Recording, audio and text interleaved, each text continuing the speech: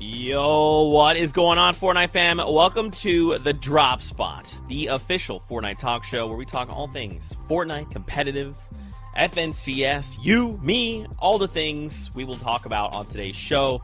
I have two very special guests that will be talking us through a couple of things and their journeys. It is none other than Mini Miner and Jenny Smiles, my two personal close friends, don't tell Vivid, that I love more than anything, don't tell Vivid.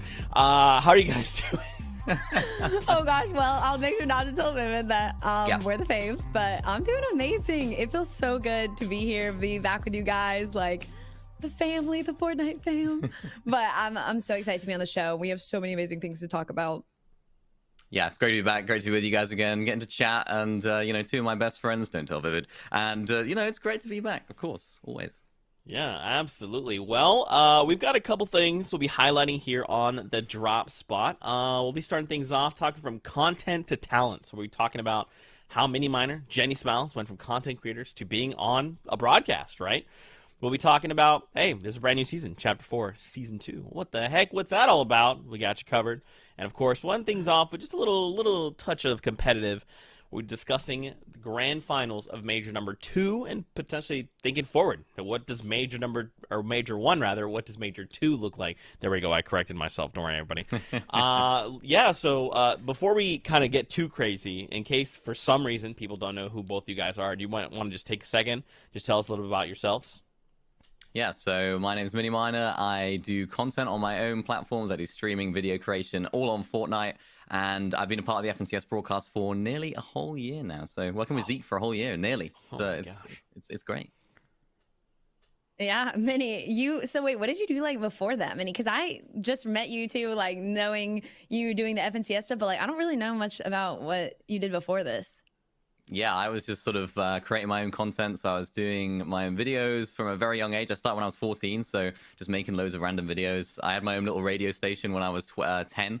So I used to just host my own little radio shows. Just, I didn't post them, like nobody cared. But I just had them for myself, did my own little videos. And that then sort of came into doing YouTube videos, doing all different content. And then Fortnite came around 2018, and it was Season 2, Chapter 1, all the way back then. Started playing the game. Actually, one of my friends at school was like, "Oh, mate, you got to play this game. It's called Fortnite. It's great. I'm enjoying it." So I was like, "All right, fine. Yeah, I'll check it out. Yeah, I'll give it a go." And here we are. And I was just sort of creating content, doing a lot of streams. And then I just got an opportunity with my org at the time, TNA, Team New Age, and they were hosting a tournament with Server, Monster D-Face's production company, and that was my first broadcast. So I was able to, do a little bit of broadcasting in the esports world, and here we are today on the FNCS show, and I couldn't be more grateful. Oh, you're doing so good. I look up to Mini, bro. Like Mini's so good at what he does. I just love it. I'm like, how did I get here? Well, how did you get here? How did I get here? How did you get here? That's what we all want to know. I started streaming on Mixer. I streamed there about like 2 years, and then it ended up shutting down. And so I switched over to Twitch. I had to like rebuild. I don't even have a Twitch account. So I literally had to like start a Twitch account a few years back and restarted everything. I got this opportunity to go on a FaZe reality show in LA. So I did that for about a month. I got like top 5, ended up not getting picked, but it led to Luminosity picking me up on their org. And it was just a perfect fit. It was so amazing. So I've been there close to a year now, and I got an opportunity hosting with the NFL, and they do this awesome thing.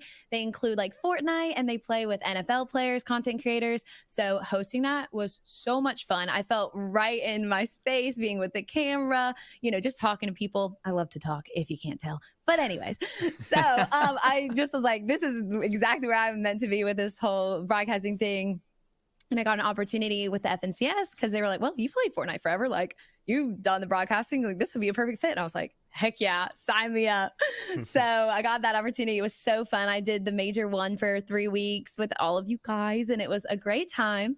Definitely learned a lot, too, with like Fortnite competitive world. But I'm so excited to continue to work with all of the broadcasting, Fortnite events, and things of that nature. Yeah, for sure. It was great to have you, and of course, Mini Miner. It's always great to have you. But what do you guys feel like? Let's talk about this as like a whole, right? Like broadcasting is very is very difficult. And I think it's very easy for the outside view looking in to us to be like, oh, yeah, you guys just sit there, you just talk to Fortnite, you look at a camera, and it's easy. You should be amazing at this. There should be no problem. It's very difficult. What was, like, maybe, like, a hurdle for each of you that, like, you felt like you had to get over initially to kind of, like, say, like, okay, I can kind of be comfortable now doing this? I think for me, I've played the game for a long time, so I play the game competitively even now. So I'm always playing all the tournaments, and sort of came from a competitive background before I appeared on the show. So a lot of people would say that they would be like the on-camera presence, but I already had a little bit of experience in the past doing that. I had a degree in TV production, so I'd been involved in a lot of productions in studios before for different production companies, in the UK, and just had that sort of presenting experience before. So that wasn't really too much of an issue. But for me, it was like I played the game competitively at like a decent level. So all the stuff that I knew about the game, just trying to condense that into some thoughts and some words and some phrase that I could say was a little bit more difficult, because when you just have so much in your head that you want to say, picking out the most important bits is the most important part. So that for me was the most difficult, just trying to not say everything that I know and just focus on the bits that actually mattered and actually were interesting. Yeah, so it's different from me for sure. So I am like a very Here we go. casual player. Yeah. Here we go, guys. Buckle up. Get ready for this. I'm a very casual player. Yes, I've been playing Fortnite forever. Yes, I know Fortnite. I understand Fortnite. I can play. And I've played in a bunch of WOT tournaments. I played in so many tournaments and stuff, but just for fun. Never like super competitive. Just, smiling, having a good time. So going into this, I also switched like for my role. Usually I just kind of like do the hosty thing, but this is analyzing. So I had to dive deep and learn and understand competitive Fortnite. It is a whole nother ball game. It's a whole nother world. So having to like really learn, grow, and understand that aspect of Fortnite was challenging, but it's been so fun because it's also allowed me to explain it better to my community, to my chat, and finding a way to absorb it correctly and also try to lay it out to somebody that can understand it best. Like if I was listening to it, I want someone to explain it to me like the version where I can, like on my save level where I can understand. Because sometimes I listen, like I'm listening to all these analysts and I'm like, I understand it now, but Jenny, like a few weeks back, I'm just like, wait, what did they say? So that the whole like kind of understanding it and trying to bring it to the audience in a way that they can understand it, even if they're not in the competitive world, is challenging for sure, because again, like you have to learn it all. Yeah, it's a whole different thing that you have to dive into. So that was a challenge, but I'm very excited because it's continuing to grow so much, and also I'm able to share it with so many people, and that experience has been like I've gotten a lot of good feedback from it. Yeah, I think that's difficult, right? Like, because again, it's like people don't realize what goes into a broadcast. You just think like, oh, I'm a high level player. I play Fortnite. I'm this division, and I'm here to watch this broadcast, watch the players compete. But man, there's also people that have never watched Fortnite that have decided, oh, there's a tournament. Let me tune in and see what this is about. Okay, maybe I like it, maybe I don't. And I think there is that line where kind of what you were saying, Minnie. It's like you have so much that you could say, but you have to think, okay, I need to say something here that will not only speak to the competitive players. I need to be able to say something that also speaks to like the mid-level players, and then even players that are brand new that are like, Storm Surge, what did you just say? Like, there's so many things that we always have to be thinking about moment to moment in these broadcasts. I think it's really funny that like both you guys have some semblance of like a history, because like when I started, guys, like I had no background at all in broadcasting.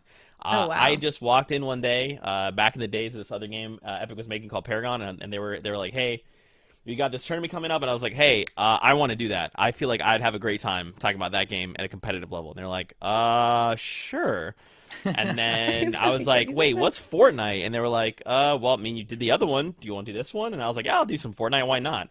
And then here I am, all this time later. So yeah, You I don't think definitely it's... have the personality for it, Zeke. Like you are, you are in your exact spot you're meant to be. My secret is just meme. Just meme and be goofy at all times. Love it. And apparently that is what's worked for me. Because that's just who I am. But yeah, it's getting into broadcasting is crazy. There's just so much that goes into it. And I think too, kind of going back, I talked about people not knowing, like what it's like for us. Like, guys, the amount of times where you have to like walk on set and they have to be like, okay, where's the camera? Oh, that camera moves. I have to track that camera. Okay, we have to talk about these things. They want us to touch on these duos. Like, Yep.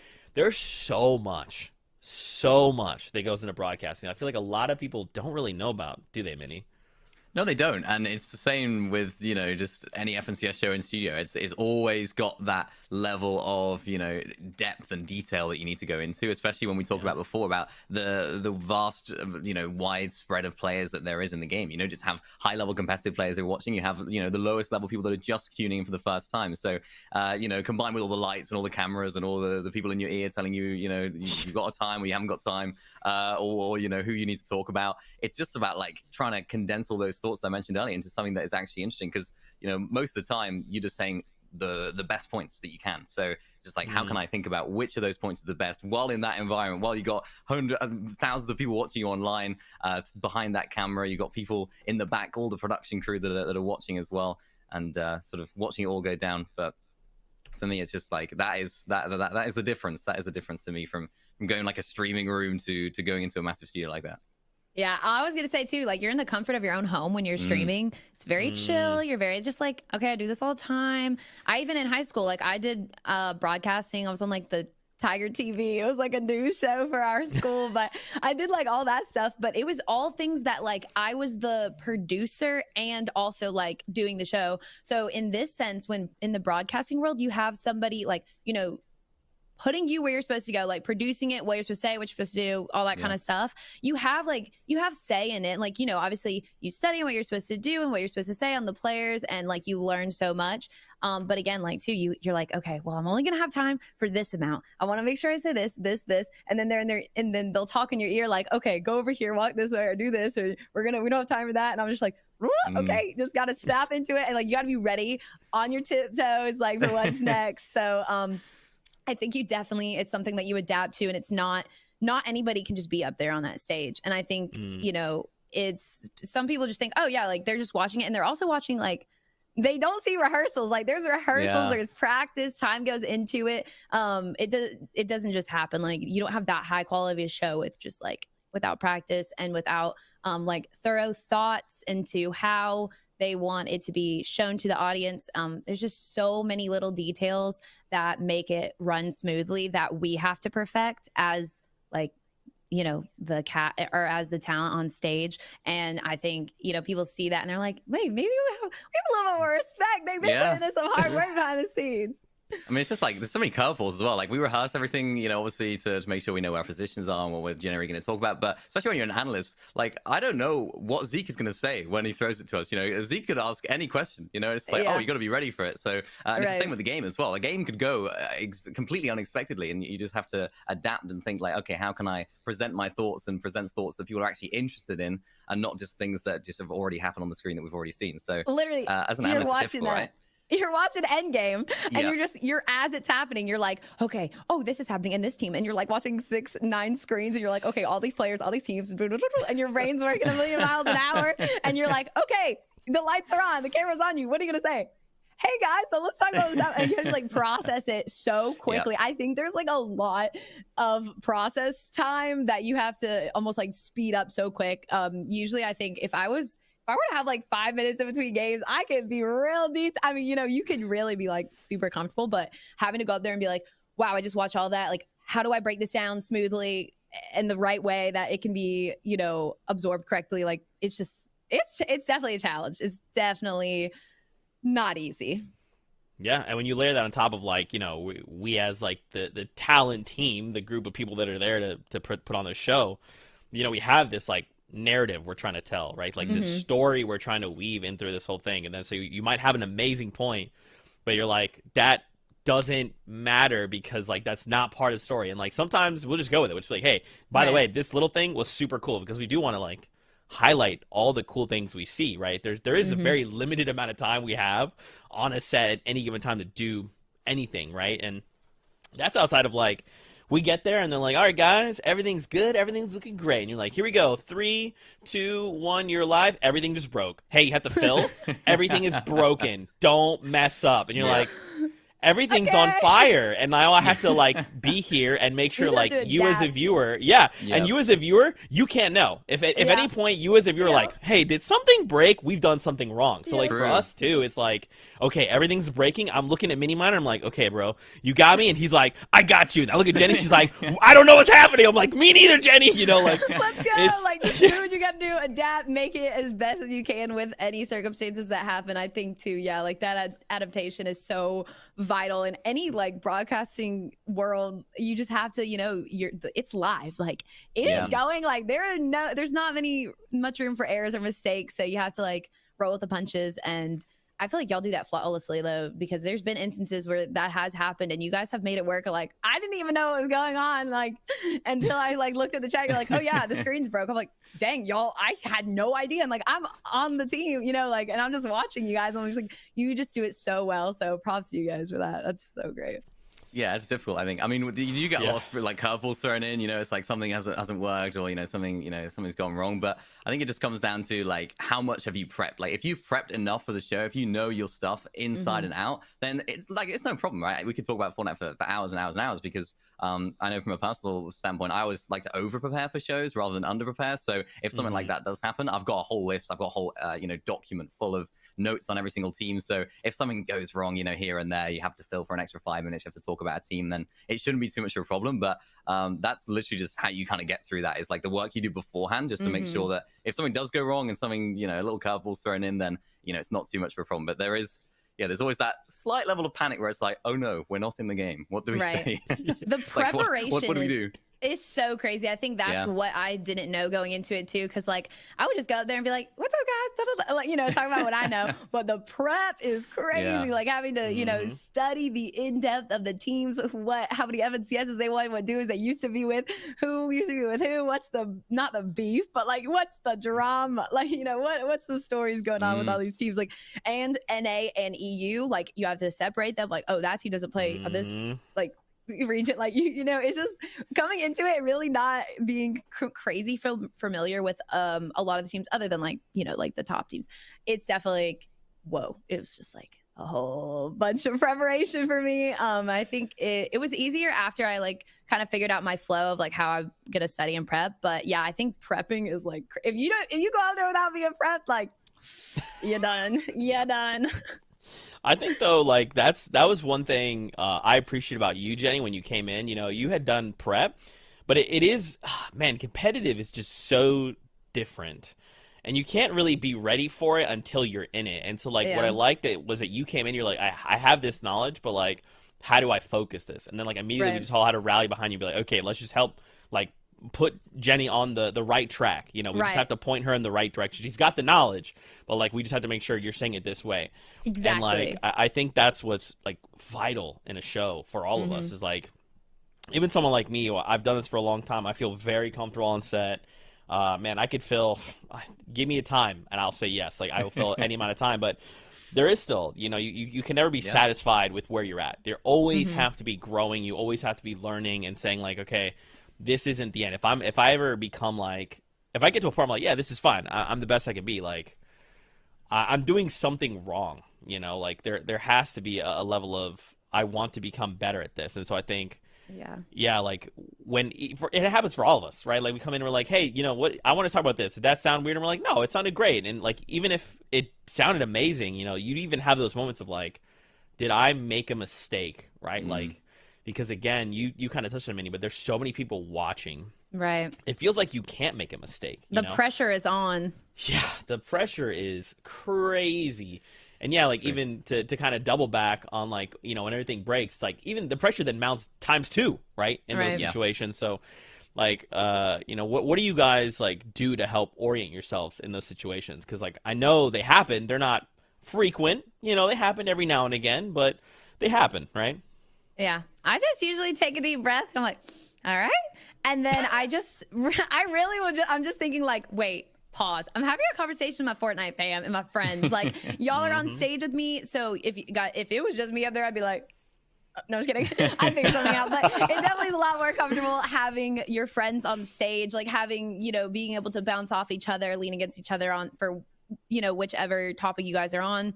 I think that is so amazing to have that connection that we have as like a talent team, even behind the scenes, like how close we are, the love and care and everything that is just like presented off stage, I think really shows up so much on stage, like the chemistry and all of it really makes for such a good show. And I think in those situations, like where everything goes wrong, like y'all are just friends and you're on stage and you can just chit chat. That is the difference between people that don't know each other and they're trying to make it work, and just like having a actual conversation, a friendship. And I think like you can make any bad situation work if you're just hanging out with your friends online, you know?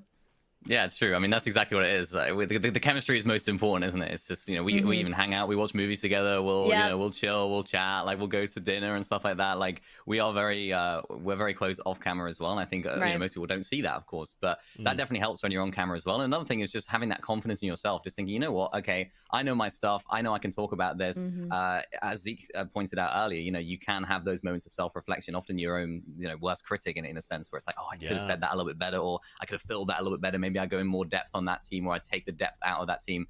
It's just like in your past experiences, you just learn from it. You know, it's like, okay, maybe I'm going to do that differently next time. And you'll never get to a stage where you're absolutely perfect, but there's like those little refinements, those little perfections that you can try and make to your casting, your analysis, your hosting, whatever you're doing, is just the most important thing, because that's how you develop and that's how you grow. So there's it gets you through those moments. I think there's always room for improvement in anything. Like you're never going to get to a spot where you're like, I mean, you could be proud of yourself, like, oh yeah, that was great. And then, but you could also VOD review just like the pros do with their VODs. You can VOD 100%. Review your own self, like even in the broadcast aspect, and say, oh, okay, I could have mentioned this here, or I could have looked at the camera more, or whatever. You know, you can analyze how you performed on stage, how you could do better for next time and stuff too. So like, you could literally, I VOD review. I don't know if you guys do that. I definitely VOD review like the shows too, like, and just kind of think how I could be better for the next one.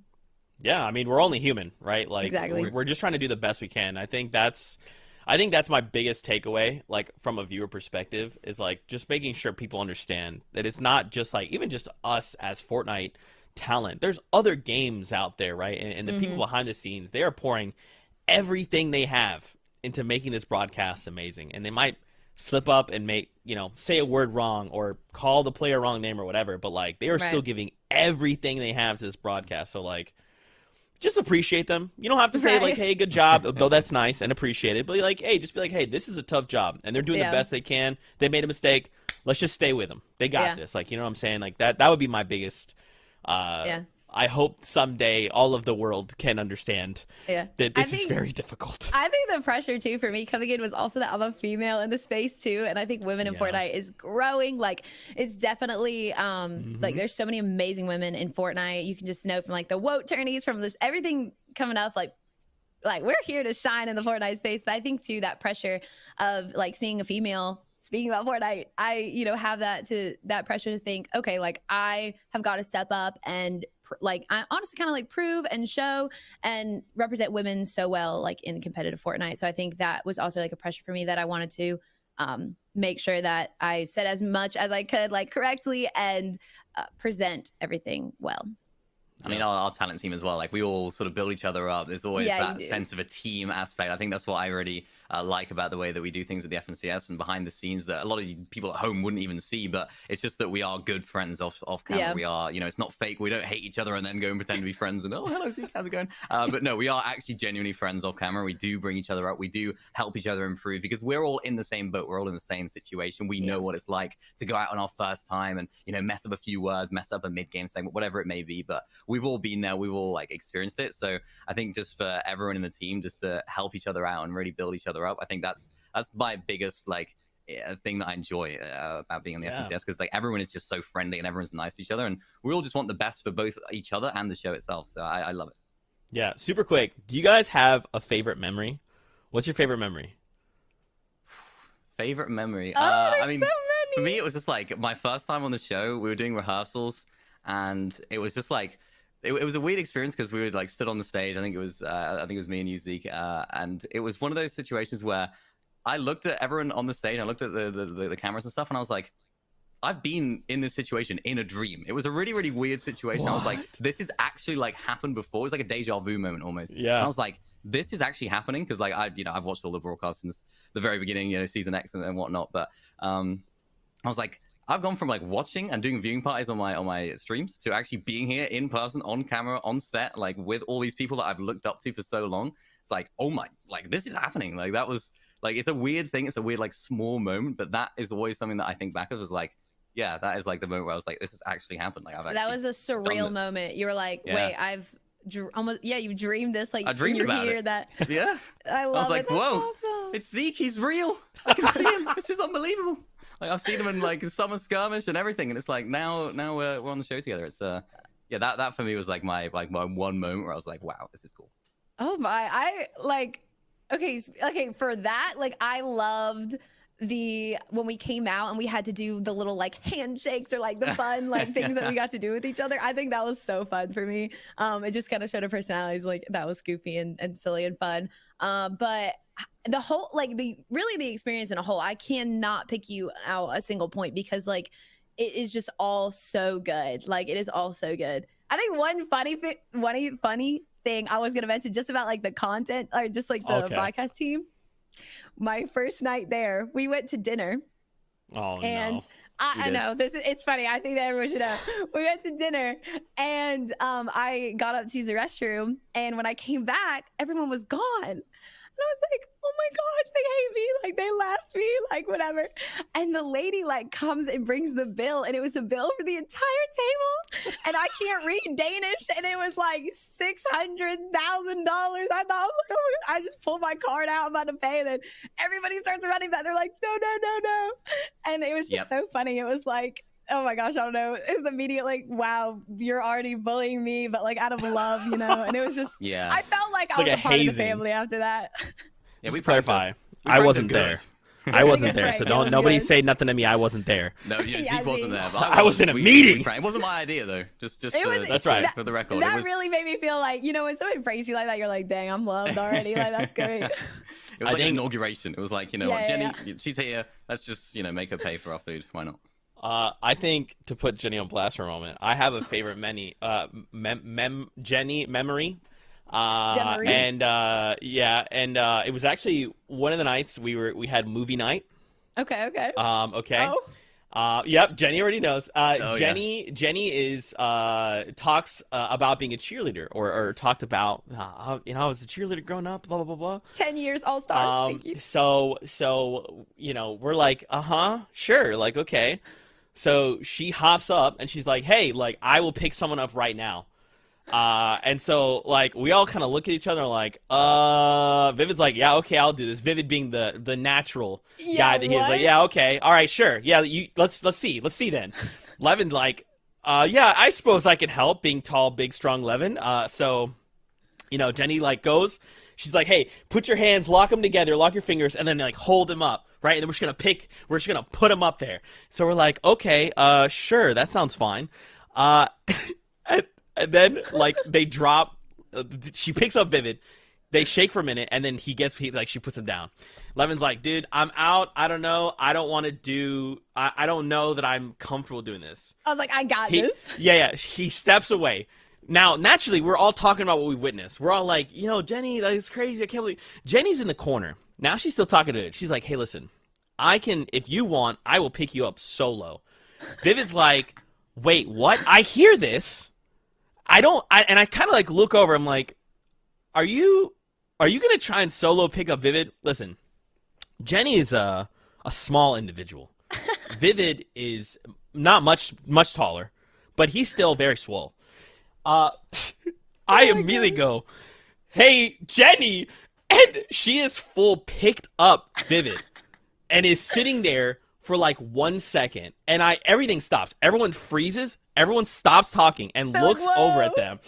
Jenny then immediately her whole body wobbles, and then she drops.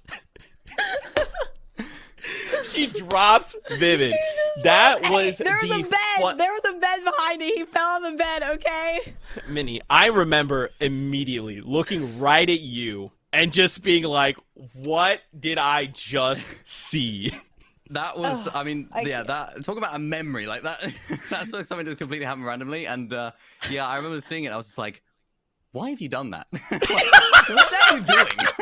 Listen, my thing was like, why did Vivid trust me? A, and B, it made a really loud noise. Like I picked him up and he just like fell, and it made a really loud noise when he fell. And I think it was just like he was like, I'm fine, but I was really worried. But he was ended up being fine. Everything's fine. He was fine. Well, he says he's fine, but we know he walked out of that room on a yeah. He just limped away. He's like, I'm fine.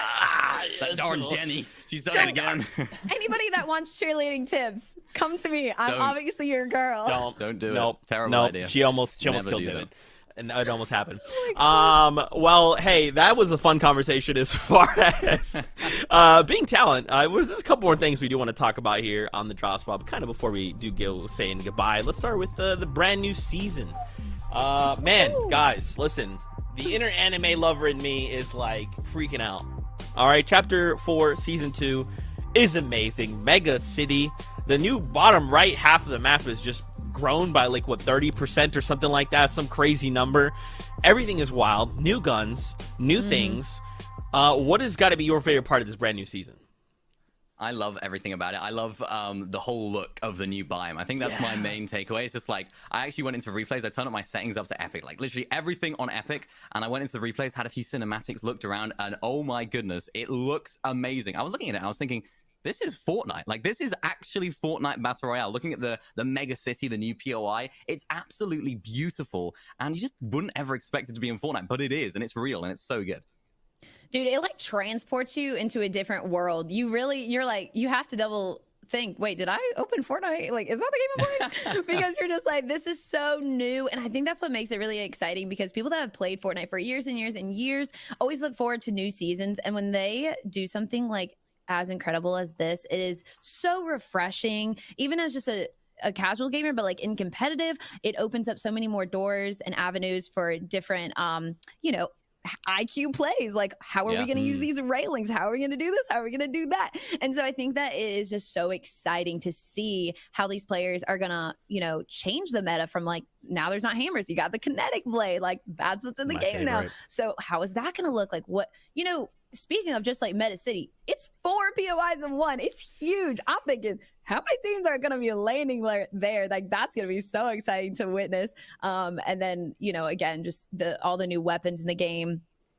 It's going to be awesome. I know the new shotgun's great. In comparison to like the Thunder, it has a lot, like the accuracy is really good. And I feel like we'll see a lot of players using that over, since Thunder's not in the game any longer. Yeah, what do you think, Minnie? What do you think? How you feeling about things? I gotta say, man, Kinetic Blade, that's where it's at. Again, going back to the inner anime lover in me, it's I get to finally feel like a samurai. I get to run around, I get to fly at people, I get to try and just demolish them and get one pumped. We'll talk about that aspect, but we'll talk about me trying to make cool plays. Yeah, Zeke trying to make cool plays. You're now able to do that, with the kinetic blade. I love it, actually. I think it's a really, really good item. I think this is a really, really nice item because it's balanced in competitive, but it's also really, really fun to use in public and casual playlists. So you can actually use it to attack people, and get some good damage off. And of course, you can use it as a mobility as well. So for competitive players, that's mainly what they're going to use it for. But I like it. You can get them at specific areas, but you can also get them from chests. You can get them as floor loot. So it's kind of balanced. It's not just everyone going to one area because that's where the mobility is that you need to win the game. I like how it's kind of spread across the map, and it's really balanced. It's not breaking. It's not quite as destructive as the Shockwave Hammer was. So it's going to make endgames a little bit more peaceful, a little bit more back to as we expected before. And I like it. I think it's just a great item in general, and I'm excited to see how it's used in the endgames in particular, because in pubs and in arena that I'm playing with right now, it's really fun. Yeah, how you guys feeling with the new Havoc weapons? The suppressed AR, Jenny, you kind of touched on it, the pump shotgun, right? Dude, you like that accuracy. The pump shotgun, so good. First shot accuracy, amazing. I'm a fan. But yeah, the AR too, like it's smooth, and the mythic one is like so good, like crazy good. But yeah, I think even me with like semi good aim, I'm a fan of the AR, the new AR. So I think we'll definitely be seeing that a lot too. It can spray through builds quickly as well. So you might see it doubled up as like an SMG. And I think it'll be a great weapon and a great addition to Fortnite. for me, the pump. It's that new Havoc pump shotgun. It's got a little bit of a smaller reticle than we've seen in previous pump shotguns and previous shotguns like the Thunder. So it makes hitting shots a little bit more difficult. But when you do connect with it, oh my goodness, the damage that you're able to output, especially with that mythic one, you can get them at the 3 POIs with the vaults. So you get the mythic Havoc pump. It does 250 damage to the head. And that's not a mistake. I didn't miss-say that. That is actually 250 damage to the head. And it obviously can one pump a player. It's the only shotgun in the game that can, as of right now. It is absolutely crazy. And the damage you can put with the body as well, it's 144 damage to the body. From range, it's really good because it has that smaller reticle. It is quite possibly the best shotgun that we've had in the game, especially in recent seasons. We're back to the days of being able to one pump somebody. Oh yeah, those days have returned. Yeah, they are back in full force. Is there maybe like a player you guys are focused in on, especially with Major 2 on the horizon that you think might do super well here in the season?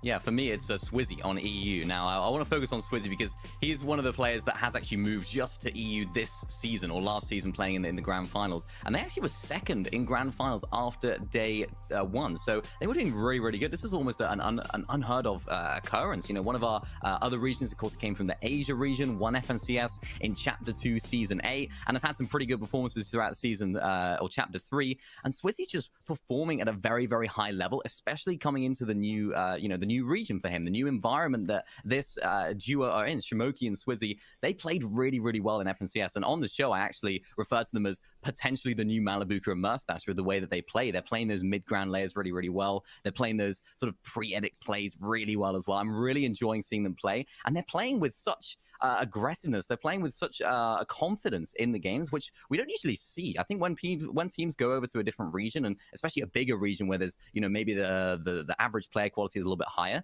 you'd expect them to play a little bit more safe, a little more scared. But these guys are really taking on the challenge. And I mean, he won 5 solo Cash Cup games the other week. He is just an incredible player. And next season, I'm excited to see them develop. Dude, my eyes are on Kanata for NA. Okay. We had the interview with Kanata, and it was amazing. I love his energy, and also I love his confidence. I feel like there's a good balance between like being confident and being cocky, but he has a great amount of confidence going into this game. He and his duo Agers are just are confident in one another, and I think that really shows, placing second in a grands. But let me tell you, I really see this being Kanata's year, because I think I'm going to live and say, this is the year he gets an FNCS. He has played so well, but he hasn't yet got an FNCS title. And I think this will be the year that he does it. But again, too, this is something super interesting. Talking about Mega City earlier, he's already claimed some of that territory. Wow. So that's really cool, because I know last season, too, he claimed Faulty, and no one really was going to mess with them. Faulty even being one of the POIs with the most chests, they still claim so much of that territory. So I think them kind of already putting their feet down and saying, yeah, this is where we're going to play. This is where we're taking over. That's going to be so crazy for them, because that's going to give them a great advantage, so much opportunity. And again, not many people are going to want to contest them there. So I'm so excited. My eyes are on Kanata and Agers to see how they perform moving forward with the new season. Yeah, same actually, because of course Kanata was landing at 40 splits, as you mentioned. Now 40 splits is gone, so I know it's gone. So area. He had to change, right? He had to change, was forced into it, which of course that might throw a few spanners in the works for him, because of course a lot of these teams are landing elsewhere. They know their drops. They already have that loop path planned out. They know how their surge works. But for Kanata now, he's just completely lost his drop spot. His drop spot's gone into thin air, and now he's going to try and learn a new drop spot, which is probably better. It has, I believe, Mega City has 102 chests, 250 forward spawns, something like that. It's absolutely insane. So the potential for success coming out of Mega City is probably better than 40 splits. Right. But yeah, no, as you mentioned, I'm excited to see them perform this season. I mean, Kanata coming out with the most damage too. Again, the other teams that are laning Mega, they're gonna be I gotta stay as far away from their corner of Mega City as possible. I ain't trying to get in Kanata's eyesight. That is for sure. I do want to touch on, you guys are talking about Mega City a little bit. I have a little bit of concerns, and I want to see if you guys are maybe in the same headspace. So we talked about what's super dope about Mega City. What are maybe just one or two things that you maybe have concerns about? Because for me, I feel like the POI, and Jenny, you actually kind of touched on this. It's 4 POIs in one. Yeah, it is. It's crazy. It's huge. Which also means there's a lot more room for error in some ways, right?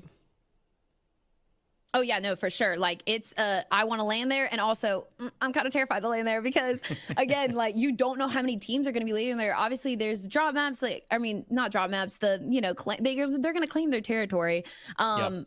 But at the same time, like until we see these games play out, and we're not really going to know like how many teams can land there. If it's 4 POIs in one, like it could potentially be like 8 or something teams. And also those railways being there, you can get from like one side of the city to the other in like a heartbeat. It's just it's dangerous. So I think the teams that are going to want to land there are going to be teams that are ready, prepared to like honestly fight off spawn if there's a ridiculous amount of teams, or they're going to split it peacefully and maybe not really have to worry about like fighting off. I think it literally goes either like that way, full send, or not, you know? Yeah, definitely. I think the teams that are landing there this season, from what I've seen, it is some of the best fighters on the region because they just have to be adaptable. Of course, when you're landing at a new drop, you know, there's new, as you mentioned, the rails that people can use. I think the teams that are going to find the most success are going to be those that literally memorize where each of the rails go. Which color do I hop on to get to this side of the map? Which color do I hop on to get to this side of the map? So just having that ability just to zip around the POI. Because, I mean, I don't know about you guys. I'm hopping on the rails right now. I have no idea where I'm at. I could be going to, like, back to chapter 2. Who knows? Because I have no clue where I'm going to end up. So I'm saying to my teammate, oh, there's a guy on me. Oh, yeah, it's all right. I'll get over to you in a sec. I'm hop on a rail. I'm in the other side of the POI. Like, I don't even know where I am. So, I think the team, if I was playing competitively and I was landing there, I would learn those rails because I could end up so split. But no, it's going to be most important for those teams. That's my only concern, is the teams that don't learn that might have a few issues, and you know, maybe the vault might cause a few instances where people are kind of like camping on it because you know, people could just camp in the corner of the vault if you didn't know. I totally haven't done that in arena. No, not once. No, would never think about doing it. We've never done that, man. Yeah, never not us. I was gonna say, so I saw like Kanata tweeted out talking about how like, you know, aim accuracy and stuff, mechanics is like so much less, like 25%, and having like a high IQ in the game is like 75, and I think that's where that comes into play, like really knowing your drop spot, like knowing the colors, which ones you're going to drop on, like exactly where you're going to land, how you're going to move, where like, you know, your rotates just within your POI before like main rotation. I think all of that is so crazy to think about too, because I think a lot of these players create metas that again, in turn, like we all end up playing, even just normal pub players. But to see what they come up with, they create, like their IQs are insane. These competitive players blow my mind with some of the stuff they come up with. I mean, just beside like your normal gameplay, some of the things that they're even doing, I think the mix of having the sword in the game with a lot of the different augments, I know a lot of those combinations are going to be amazing to see, and I can't wait. Yeah, hey, that's a great segue because we could talk about Major 1 Grands. Those just wrapped up. But I kind of want to like focus this a little bit on more of like Major 2 and what that kind of looks like. So obviously, you know, just want to really quickly say huge congratulations to everyone who won Grand Finals of Major number 1. Just an amazing feat, right? And now we're going to be about to run it back for Major number 2 on top of a new season, on top of being more spots to qualify through the Global Championships. You know, how are you guys get like hoping maybe we'll see Major 2 evolve from Major 1? I mean, it's just going to be about what lessons of teams learn. Because, of course, Major 1, first season of a chapter, lots of new stuff, new map, new locations to land at, new loot path, new, new everything, really. Especially this season when we got the new zones. So it's going to be about who can adapt the quickest, who can be the best at thinking, okay, this is what we did in Major 1. You know, maybe the things didn't work out too well. Maybe we didn't go a POI at the beginning of the season. Maybe we didn't learn our drop well enough. So it's going to be about who can learn the best, who can adapt, who can self-reflect in the most effective manner to then go and pop off in season in Major 2, because this is what this is all about. There's so many changes to Fortnite all the time. You have to be adaptable. You have to be on your toes, because if you're not, then you just get left behind. Yeah, and I think too, like with the new changes, the teams that are going to be having to like change their drop spot because their drop spot no longer exists, like they're kind of forced into this new area. I always say practice makes perfect. So the practice time, in comparison to a lot of the other teams that have like their same drop, like they're very familiar with it, probably don't have to like obviously put as much time into like knowing it or understanding it. So that's gonna play a factor in like what if they're not training and working on like aim or rotation as much. If they're just focusing on the POI, like they're gonna have to put a lot of their energy into understanding it, knowing it. So I think that it will be cool to see if it, you know, maybe they're like, okay, we didn't touch point on this too much, but again, because like Major 2 is like coming up again. Like it's right around the corner in a blink of an eye. It will be here. So I just think that it kind of puts the teams that have their drop spot set like at an advantage in the sense of versus the teams that are having to like relearn a new POI. But again, these are the best of the best players. So if anybody can do it, they can do it. And I think we'll see them be fine, but it will be really fun to see how it unfolds. Yeah, and Minnie, you touched on the storm surge, or not storm surge. I'm sorry, the storm circle changes. Yes. Oh, Talk us through a little bit of that, and maybe just give us your thoughts. Yeah, so I mean, there are storm surge changes as well due to the the new zones affecting it. So it's gone from 9 to 12 basically. So we have now 12 storm circles instead of 9, which makes the mid game a little bit longer. So we have a little bit of a more zones and bigger zones that are then slowly go into a smaller zone. The end game is quite similar. It's a little bit more fast paced. It feels a little bit like Zone Wars from what I've seen from a few scrims that I've watched. So very, very fast paced. You need to be on your toes for that. But the mid game, it makes it a little bit more interesting for teams that are landing on those edge drops, because in the past, if you don't pull that first zone, you don't pull that second zone, you're kind of a little bit at a disadvantage when you're rotating in. A lot of the teams will just sit and hold you, especially with the the shockwave hammers. People were able to get ahead of zone. Now the zones are a little bit bigger, so first zone is almost the entire map, second zone just a little bit closer in again, so it's going to provide a little bit more value for teams that are landing at those edge drops, maybe that need a little bit more time to loot, maybe that take a little bit longer on their loot path and their surge plan. So I'm excited to see which teams will actually benefit from this. Will we see teams that are no longer just relying on the zones? I mean, we saw it in Major 1, especially day 1 of EU. We had so many West zones, and the top 5 were all West teams, so it's like no surprise there. But this time, maybe we'll see some teams that are landing at different areas of the map benefit from having the zones more favorable for them. And I like it because it's not about zone RNG as much anymore. Of course, that's still going to be a factor, but it's not as quite as important. Because like I think in some senses, like we were like, oh yeah, the zone's playing north, this team's gonna win. Like it's almost like automatic, but now it kind of has like more of a fair game in the sense of being like, oh, okay, well you have plenty of time to rotate in, like that shouldn't be an issue for you. So I love that. I think it'll be very fun, and I love that new addition. Yeah, I can't wait, man. We're going to be talking about so much of this, too, in the future. And, of course, on the broadcast, there's just so much to unpack with all of these changes. Really quickly, I want to highlight, we've got some upcoming tournaments. I don't know if you guys know anything about some of these, but, I mean, I've heard there's a Reddish Rumble coming up. Woo! Jenny? Yes, Reddish Rumble on the 16th, which is today. So exciting. I think that there's an amazing amount of players that kind of blew my mind. Like the amount of competitive players from EU, NA, because some of the games are EU and some of them are on NA service. So you'll have a handful of teams that actually don't really compete against each other, like in the major events, like playing against each other. So I think that'll be really interesting.